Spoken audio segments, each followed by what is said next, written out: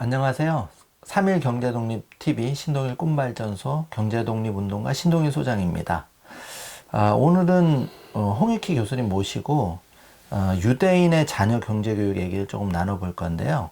사실 우리가 이제 부익부 빈부이 굉장히 심해지면서 자녀가 정말 그 공무원 시험만 공부하고 이거는 좀 매우 심각하잖아요. 제가 좀 극단적일 수 있는데, 그래서 이 유대인 자녀 교육 어떻게 좀 차별화가 있는지 한번 여쭤보고 싶거든요.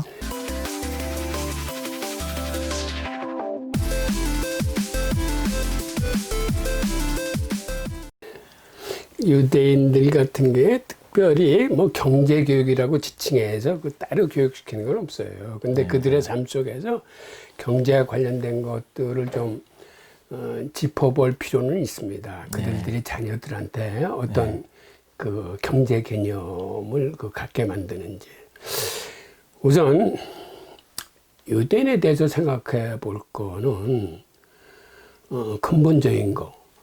예를 들어서 나라를 잊어버리고 뿔뿔이 흩어지면 대부분의 나라는 역사에서 사라집니다. 그런데 유대인은 나라를 잊어버리고 세계 곳곳에 뿔뿔이 흩어져서 산 지가 2000년이 됐는데도 그들의 어떤 민족적인 동질성을 잊어버리지 않고 나중에 그들의 국가를 이제 다시 재건한 민족이거든요.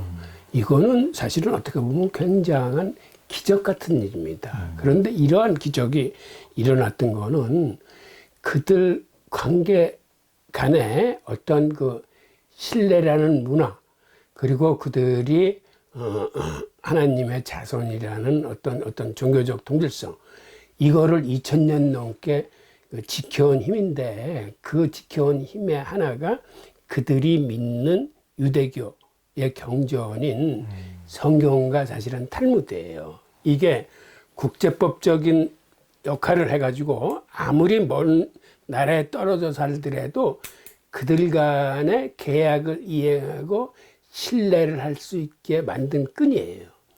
그러니까 고대로부터 금융기법은 사실은 유대인들에 의해서 탄생됐거든요. 그러니까 옛날에는 멀리 떨어진 사람들이 서로 믿고 외상거래를 한다거나 어음조가리 하나 주고 모든 게 성사되는 거는 사실은 있기 힘든 실정이었습니다. 근데 유대인들 간에는 그게 가능해요.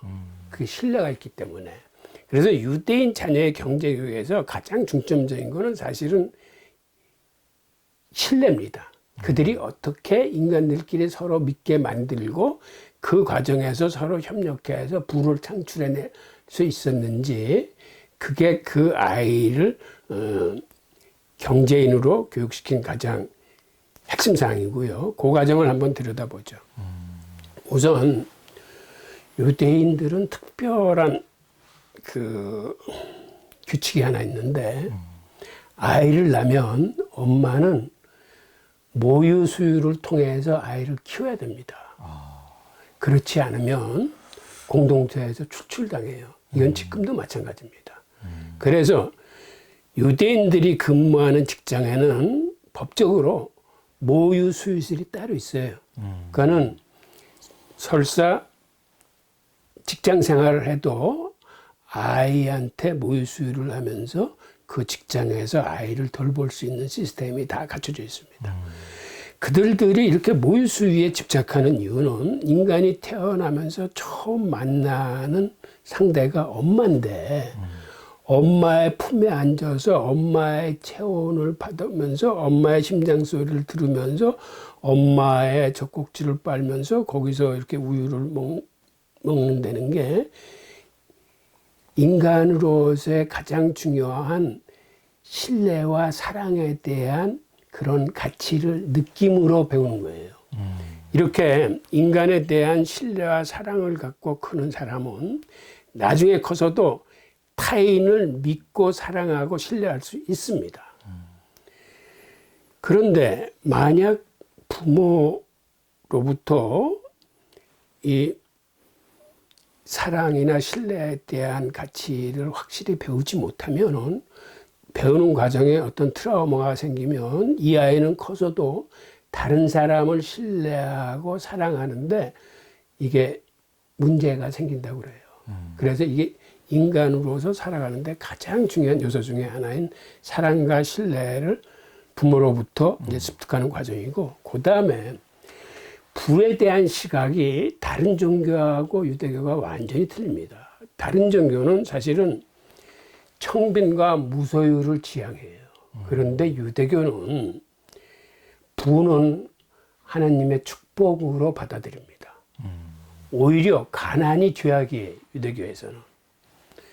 그래서 우리는 예전서부터 뭐 불교나 다른 종교를 통해서 무소유나 청빈을 강조하고 황금을 보기를 돌같이 보라는 그러한 관념 속에서 커왔기 때문에 어떠한 돈에 집착하는 건 굉장히 속물적인 요소라는 어떤 그런 은연중의 어떤 느낌을 갖고 있는데, 유대교는 정반대입니다. 부는 사회를 개선시키는데 가장 중요한 도구이기 때문에 네가 많은 축복을 받아서 돈을 많이 벌어서 그거를 움켜쥐지 말고 사회의 발전을 위해서 혹은 주변의 약자들을 위해서 쓰라는 개념이에요. 유대교의 경제교육은. 그러다 보니까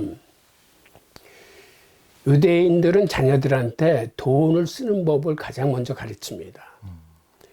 즉 어린 자녀한테 저금통을 2개를 줘요. 그래서 안식일 날 부모들이 용돈을 주면은 쓰는 것도 포트폴리오의 개념으로 쓰게끔 유도를 하는데, 예. 보통 3분의 1은 체다카 저금통에, 이건 나중에 그 공동체 약자를 위해서 쓰는 돈이에요. 이걸 가장 중요하게 가르쳐서 제일 먼저 그 저금통에 돈을 집어넣게 만듭니다. 그 다음에는 2번째는 자기 저금통이야. 자신의 미래를 위해서 3분의 1은 그 저금통에 집어넣게 해요. 이거를 습관을 들입니다. 그리고 3분의 1은 현재 자신을 위해서 쓸 수 있는 돈이에요. 그러니까 쓰는 걸 남을 위해서 쓰는 거, 자신의 미래를 위해서 쓰는 거, 자신의 현재를 위해서 쓰는 걸로 나눠서 가르쳐요. 그래서 돈을 어떻게 써야 이게 잘 쓰는 건지에 대한 거를 먼저 인식을 시키고, 그 다음에는 유대인들은 성인식을 남자애는 13살, 여자애는 12살에 성인식을 갖는데, 성인식의 의미가 뭐냐면 우리가 자녀를 하나님의 선물로 받아. 그래서 자녀를 12년 동안 헌신적으로 가르쳐서 성인식 날 다시 하나님한테 돌려드리는 거예요. 그러니까 그 동안에는 사람의 아들이었는데 성인식 이후에는 이게 하나님의 아들이 되는 겁니다. 그래서 유대인들은 자녀 교육을 성인식하기 전 12년 동안만 해요. 그거를 부모가 아주 헌신적으로 합니다. 그 다음에 성인식이 끝나고 난 다음에는 동등한 성인이기 때문에 절대 자녀 일에 간섭을 하지 않습니다. 이게 이제 우리하고 가장 큰 차이인데, 우리는 아이들을 기죽이지 않겠다고 초등학교까지는 어떤 의미에서는 풀어서 이렇게 교육을 시키다가 중학교에 딱 입학하는 순간 좋은 대학에 들여보내겠다는 어떤 목표 때문에 자식과 엄마 간의 전쟁이 시작됩니다. 그런데 유대인은 12살에 교육이 종료되기 때문에 12살까지는 자녀를 공동체 일원이 되는 성인의 판단력을 갖춘 아이로 키우기 위해서 정말 많은 걸 헌신적으로 가르쳐요. 하지만 성인식이 딱 끝나고 난 다음에는 절대 자녀 교육에 더 이상의 관여를 하지 않습니다. 우선 이러한 차이로 인해서 생기는 게 뭐냐면, 자녀 교육을 시킬 적에 엄마는 아이가 말귀를 못 알아들을 때서부터 암송 기도문을 가지고 자녀 교육을 시작합니다. 예를 들어서 목욕을 시킬 적에 유대인 엄마들은 항상 기도문을 외워요. 그래서 머리를 씻겨주면서는 이 아이의 머리에 하나님의 지혜가 세상의 지식이 담기게 해주세요. 손을 씻기면서는 이 아이의 손은 다른 사람을 칭찬하는 손이 되게 해주세요. 다리를 씻기면서는 이 아이의 다리는 우리 민족을 매겨 살 수 있는 다리가 되게 해주세요. 이렇게 교육을 시킵니다. 그러면 아이는 엄마로부터 수백 번도 더 목욕을 받으면서 아주 이 기도문에 쇠뇌됩니다. 그래서 자기는 크면은 내 머리에는 세상의 지식이 담겨야 되는구나. 나는 다른 사람을 칭찬하는 사람이 돼야 되겠구나. 나는 뛰어다니면서 내가 이 민족을 먹여 살려야 되겠구나. 라는 이런 의식이 어떤 자존감의 토제이자 자아실현의 어떤 잠재 의식이 되는 거예요. 그래서 아이는 그러한 모델로 크려고 스스로의 어떤 가치를 갖기 시작합니다. 네. 그 다음에 엄마 아빠가 아이하고 아주 자그마한 규칙을 만들어가기 시작해요. 그러한 규칙은 항상 아이의 동의를 받아야 됩니다. 그러니까 일방적으로 부모가 만들어서 하는 규칙은 의미가 없어요. 아이가 동의를 해줬을 때에 그 규칙이 유효한 건데, 그래서 모든 거를 규칙을 만들고 그 규칙을 존중해서 아이가 어떠한 그 규칙을 습관 들이는 아이로 키우는 게 중요하고, 그 과정에서 어떤 규칙이 생겨나냐면 자기가 쓴 용돈을 어떻게 썼는지 기록하게 만들어요. 어릴 때부터는 습관이. 네. 그래서 그게 잘 기록되어 있으면은 뭐 상을 줄 뿐만 아니라 기록이 안 돼 있으면은 그 다음 용돈을 안 주는 거야. 그게 제일 무서운 거죠. 그러니까 용돈을 받기 위해서라도 자기가 다 기록을 꼼꼼하게. 해. 그러면 기록하는 과정에서 부모가 간섭을 하지 않더라도 내가 내 돈을 얼마나 효율적으로 잘 쓰는지를 스스로 자기 스스로가 깨우쳐 가게 되는 거예요. 그 다음에 아이가 이제 유치원에 들어가면 부모는 뭐를 가르치냐면 아이한테 네가 이제 유치원에 가면 새로운 친구를 만날 텐데 모든 사람은 허물과 단점이 있단다. 그러니까는 상대방의 허물과 단점을 보지 말고 친구가 갖고 있는 장점이나 강점을 봐야 되는데 그게 눈에 잘 안 보이니까는 너는 친구보다 말을 많이 하지 말고 친구의 얘기를 더 들어라. 그래서 눈에 안 보이는 친구의 강점과 장점을 네가 찾아내라. 라고 가르칩니다. 또 하나는 친구의 험담을 절대 못하게 만들어요. 유대인 속담에 이런 게 있어요. 살인은 한 사람을 죽이지만 험담은 세 사람을 죽인다고 그랬어요. 즉 험담을 하는 사람, 험담의 대상자가 된 사람, 험담을 들으면서 말리지 않은 사람. 그래서 유대인 사회에서는 공동체 간에 절대 상대방이 나한테 대한 험담을 하지 않을 것을 그들은 믿습니다. 그러니까 인간관계가 깨지는 건 바로 뒷담화를 하면서 험담을 할 때 깨지는 거거든요. 그 사실을 할 때. 그러니까 유대인 사회에서는 그런 게 없어요. 그래서 그들이 이걸 고리론이라고 그러는데 체인은 어느 고리가 하나 깨지면은 가치를 상실해요. 그러니까 유대인 공동체 간에는 이 개인과 개인 간의 관계가 깨지면 안 돼. 그래서 가장 먼저 주의를 시키는 게 험담을 못하게 해요. 근데 험담만 못하게 할 뿐만 아니라 나선하라라는 히브리어가 있어요.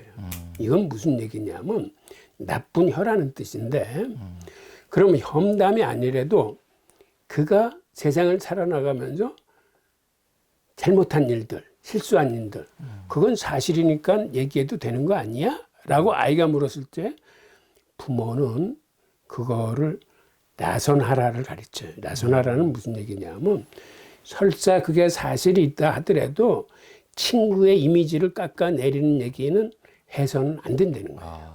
이게 나선하라예요. 그러니까 험담만 안 하는 게 아니라 자기 친구는 어떤 자리에서도 자기의 이미지를 깎아내릴 수 있는 얘기는 하지 않을 것을 믿어요. 그래서 그들 공동체 간의 신뢰가 영속적으로 지속할 수 있는 힘이야. 네.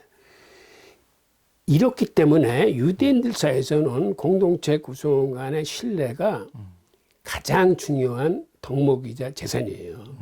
만약 그걸 어길 경우에 예를 들어서 비방이나 비방이나 있지도 않은 일을 얘기하는 무고는 율법상으로 가장 큰 죄악이에요. 그건 공동체에서 추방당해요. 그러니까 그대로부터 공동체에서 추방당하면 유대인은 살아가기 힘들어요. 그건 공동체가 단결하면서 서로 도와주는 힘으로 살아가는 건데 그런 의미에서 신뢰를 기반으로 하는 모든 금융 기법이나 금융 관계가 유대인들 사이에서 탄생하는 거예요. 그들은 계약을 어기거나 신뢰를 저버리는 행동을 하는 게 가장 큰 죄예요, 이게. 그래서 유대인들은 죽으면 하나님이 가장 먼저 물어보는 게 너 정직하게 장사했냐? 이거를 묻는다 그래요. 그거는 내가 꼭 장사꾼이 아니더라도 사람의 살아가는 사실은 모든 게 어떤 의미에서는 선택이자 거래입니다. 그거를 내가 정직하게 장사했느냐 하는 얘기는 내가 세상에 살아나가면서 어떠한 거래를 하고 어떠한 선택을 할 적에라도 정직하게 내가 드리는 것만큼의 결과를 내가 요구하고 행동을 했느냐 하는 거하고 같이 통해요. 그래서 유대인들은 교육을 시킬 적에도 결과에 집중하지 않고 과정에 집중합니다. 그러니까 애가 최선의 노력을 다했느냐, 과정이 정직했느냐가 중요하지.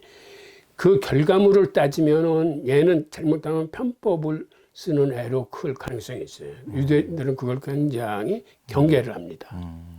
그 다음에 유대인 엄마는 애가 말귀를 알아들으면은 율법을 가르치기 시작해요.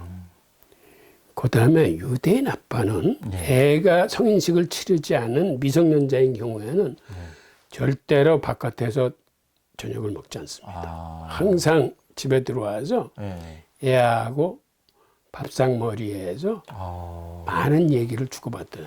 그래서 밥상머리 교육이 유대인 사회에서는 굉장히 중요해요. 그 다음에 애가 잠자리에 들면 아빠는 베갯머리에 가서 15분 이상 애가 좋아하는 책을 읽어줍니다. 그러니까 아빠가 하는 역할은 저녁 밥상에 들어와서 자녀하고 많은 얘기를 나누는 거, 그 다음에 애가 잠자리에 들면 옆에 가서 책 읽어주는 거, 이게 굉장히 중요해요. 그래서 유대인 아이들은 만 4살이 되면 일반 아이들이 보통 단어를 800단어 내지 900단어를 인지한다고 그러는데 유대인 아이들은 1500개의 단어를 인지해요. 한 2배 정도의 단어를 인지. 그게 가장 큰 게 바로 밥상머리하고 베갯머리 아빠 덕이에요. 반성을 많이. 그리고 이제 아이들이 크면은 스스로 돈을 벌 수 있는 이러한 거를 가르쳐요. 그러니까는 집안일을 할 적에 자기가 마땅히 해야 될 거는 용돈을 주지 않아요. 예를 들어서 자기 방을 청소한다거나 숙제를 한다거나 자기가 읽어야 될 책 읽는 것에 대해서는 부모가 용돈을 주지 않지만 집안일을 도우는 거나 다른 사람을 위해서 하는 거는 보상을 해줘요. 그래서 집안일이나 다른 사람 일을 도우면서 용돈을 버는 거하고 또 하나는 아이가 스스로 돈을 벌 수 있다는 걸 가르칩니다. 그러니까는 그 도깨비 시장이나 학교나 이런 교회에서 하는 행사에 같이 나가서 그 주요 이벤트가 있을 때 부모하고 아이하고 같이 장사를 해요. 거기서 이제 뭣도 만들어 팔기도 하고 집안에서 안 쓰는 물건 나가서 팔기도 하고 그래서 돈을 이렇게 또 벌 수 있다는 걸 가르쳐 줘요. 그래서 유대인 속담에는 이런 속담이 있어요. 자식한테 장사나 기술을 가르치지 않는 거는 도둑놈을 만드는 거와 똑같다라고 가르쳐요. 스스로 어떤 자금에서 경제를 버는 게 아니라 그러니까 스스로 장사를 하거나 기술을 갖고 있어가지고 돈을 벌 수 있는 기술을 갖게끔 만들어줘요. 그렇지 않으면 자식을 도둑놈을 만드는 거나 마찬가지는 속담이기 때문에 이게 아이들한테 어떤 경제관념을 심어주는 거고 또 하나 중요한 거는 시간은 돈보다도 훨씬 중요한 거라는 걸 가르쳐줘요. 그래서 그 남의 시간을 뺏는 거, 약속해놓고 늦게 나간다거나 약속을 이행하지 않는 거는 그거는 그 사람이 갖고 있는 돈을 강탈한 야. 도덕행위하고 똑같은 걸 가르쳐줘요. 그래서 유대인사에서는 상대방의 시간이 귀한 만큼 내 시간도 귀한 거야. 그래서 내가 시간을 어떻게 활용하느냐가 돈을 버는 것보다 훨씬 더 귀중하다는 걸 가르쳐요. 예. 그리고 유대인들은 모든 거를 함께 합니다. 아. 혼자 하지 않아요. 네. 공부도 혼자 공부하지 않아요. 혼자 공부하면 잘못하면은 아집이나 편견이나 독단에 쌓일 수 있는데 이거는 탈무드에서는 저주라고 가르쳐. 혼자. 그래서 잘못된 방향으로 갈 수 있으니까. 유대인들은 항상 친구하고 공부를 해도 같이 하고 뭘 연구를 해도 같이 하고 재테크를 해도 같이 하고 사업을 해도 같이 하고 이 함께한다, 같이 한다는 게 굉장히 큰 그 삶에 자리 잡아요. 그래서 친구들 간에 서로 도우면서 서로 격려하면서 서로 질문과 토론을 하면서 창의성도 발현이 되고 서로의 장점을 엮어가지고 무슨 일을 할 수 있기 때문에 혼자서 모든 일을 해내는 독불장군으로 큰 사람하고 친구들하고 뭘 하든지 함께하는 사람은 시너지 효과가 틀려요. 완전히 다른 얘기죠. 예. 그리고 정말 중요한 거는 이제 마지막 성인식인데 성인식 때 예. 이제는 사람의 아들을 벗어나서 하나님의 아들이 되기 때문에 친척이나 부모들이 상속을 한다는 기분으로 많은 돈을 축의금으로 줘요, 아이한테. 걔가 성인으로 살아갈 수 있는 아주 토대를 만들어줍니다. 그러니까 이게 정말 중요한 것 같아요. 시드머니, 이 종잣돈, 씨앗을 뿌려야지 돈도 자라니까. 그래서 성인식이 끝나면은 유대인 아이들은 최소한 자기 돈이 몇만 달러, 몇십만 달러, 잘 사는 집 애들들은 몇백만 달러가 생겨요. 그리고 그거들을 친구들하고 의논해서 부모가 간섭하지 않아. 그걸 포트폴리오에서 돈을 나눠놔요. 뭐 채권에 얼마, 주식에 얼마, 부동산에 얼마, 뭐 저금에 얼마. 그러니까 그 다음에는 시키지 않아도 돈을 불리기 위해서 친구들하고 같이 재테크 공부를 하는 거야. 그 지금은 뭐 위기 상황이니까는 주식에서 빼내서 뭐 채권을 늘리겠다, 금을 사야 되겠다 해서 자기네들끼리 포트폴리오라는 개념 자체가 사실은 유대인이 만들어낸 개념이야. 몰빵하면 언젠가는 망한다는 걸 알아, 그 사람들은. 그래서 한 바구니에 계란을 담지 않아요. 지금 그래서 교수님 그 지금 세계를 이끌고 있는 혁신 기업의 CEO가 유대인 출신이 꽤 있죠. 지금 그 페이스북에 거기도 저도 유대인이고 앨런 머스크는 뭐 남아프리카 공화국. 앨런 머스크는 그 유대인이 아니라고 그래요. 아니고. 근데 남아공 출신인데 사실은 남아공이 네덜란드 유대인들이 건너간 사람들이 많으니까 피가 어느 정도 섞여 있는지 모르지만 공식적으로 유대인은 아니에요. 그러면 하여튼 미국의 그 나스닥의 그런 10대 기업 내지는 50대 기업 중에는 CEO들이 유대인 출신이 굉장히 많겠네요. 거의 50대 부자의 40%는 유대인이라는 거예요. 그러니까 그만큼 어릴 때부터 이렇게 교육이 돼 있고 스타들하고 같이 하는 힘을 발휘하니까 잘 될 수밖에 없네요. 근데 이게 성인식이 사실은 뭐를 의미했냐면 돈에 대한 시각이 우리 일반인들하고 틀려요. 무슨 얘기냐면 우리는 대학을 졸업하고 취직을 하고 결혼을 하게 되면 식구를 먹여 살리기 위해서 돈을 벌어. 우리는 돈이란 번다는 개념이에요. 근데 유대인들은 돈이란 불리는 거예요. 버는 게 아니라 불리는 거다. 그들은 개념이 틀리네. 13살서부터 돈을 불려왔기 때문에 돈은 불리는 거라는 시각을 갖고 커온 사람들이에요. 그래서 대학을 졸업할 때쯤 되면은 이미 시드머니가 많이 커져가지고 내가 이걸 가지고 창업을 할 건지 취직을 할 건지를 본인이 결정을 해요. 그리고 유대인은 또 우리처럼 공무원이나 뭐 취직이 아니라 창업에 더. 그러니까 이게 시드머니가 있기 때문에 창업할 확률이 크고 또 하나는 고대로부터 유대인들은 창업을 하거나 장사를 할 적에는 무이자 대출협회가 있어요. 그래서 망해도 3번까지 돈을 대줘요. 기회가 있네요. 그들은 성공하는 거는 대부분 2번 정도 망하고 3번째 시도에서 성공할 확률이 가장 크다는 걸 알아요. 그래? 그런. 그래서 중세대부터 3번까지는 돈을 대줬어. 그래서 돈을 벌면은 그 돈을 갚는 거야. 더 많이 내놔. 그래서 그 무이자 협회 자금은 마를 적이 없어요.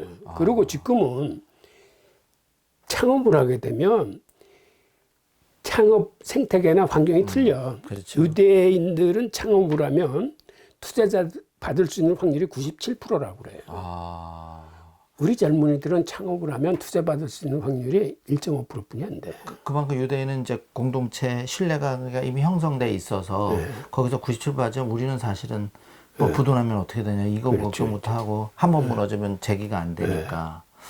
그러니까 걔네들은 신뢰사이기 때문에 예를 들어서 자기가 다른 사람의 도움을 받아서 성공을 하면 자기는 당연히 다른 사람을 도와줘야 된다는 생각을 갖고 있어요. 어떤 사회에 빚을 졌고 내가 또 거기에 공을 해야 된다는 그런 인식이 어릴 때부터 이제 돼 있는 거죠. 유대인들은 서로 간에 밀어주고 끌어주고 당겨주는 단결력이 얼마나 센지 사실은 페이팔의 주축이 유대인들이에요. 피터 테리나 뭐 이런 사람들이 다. 이 사람들이 페이팔을 성공시켜가지고 이걸 이베이에 15억 달러에 팔어. 팔고 그 시드머니에 다시 또 이렇게. 그래가지고 다시 다 나눠가지고 그 이 사람- 페이팔이 원래 그 피터 테라고 예, 테슬라하고 앨런 머스크가 나중에 그렇게 돼가지고 이 사람들이 나중에 그 유니콘을 만들어낸 게 7개 유니콘을 만들어내. 거기서 파생된 유니콘들. 지금 유튜브라거나 링크드인이라거나 앨런 머스크가 갖고 있는 그 테슬라나 뭐 그 스페이스 X나 그다음에 피터 틸의 어떤 그 VC라거나 이게 다 이 페이팔 마피아라는 말을 미국 언론이 만들어 준 거예요. 왜 하는 짓이 마피아 땅 같다. 그렇죠. 서로 밀어주고 끌어주고 하는 게 꼭 마피아처럼 움직인다. 좋은 쪽에 이제 마피아한 거죠. 경제 쪽에. 이게 유대인들의 사실은 성공 비결이에요.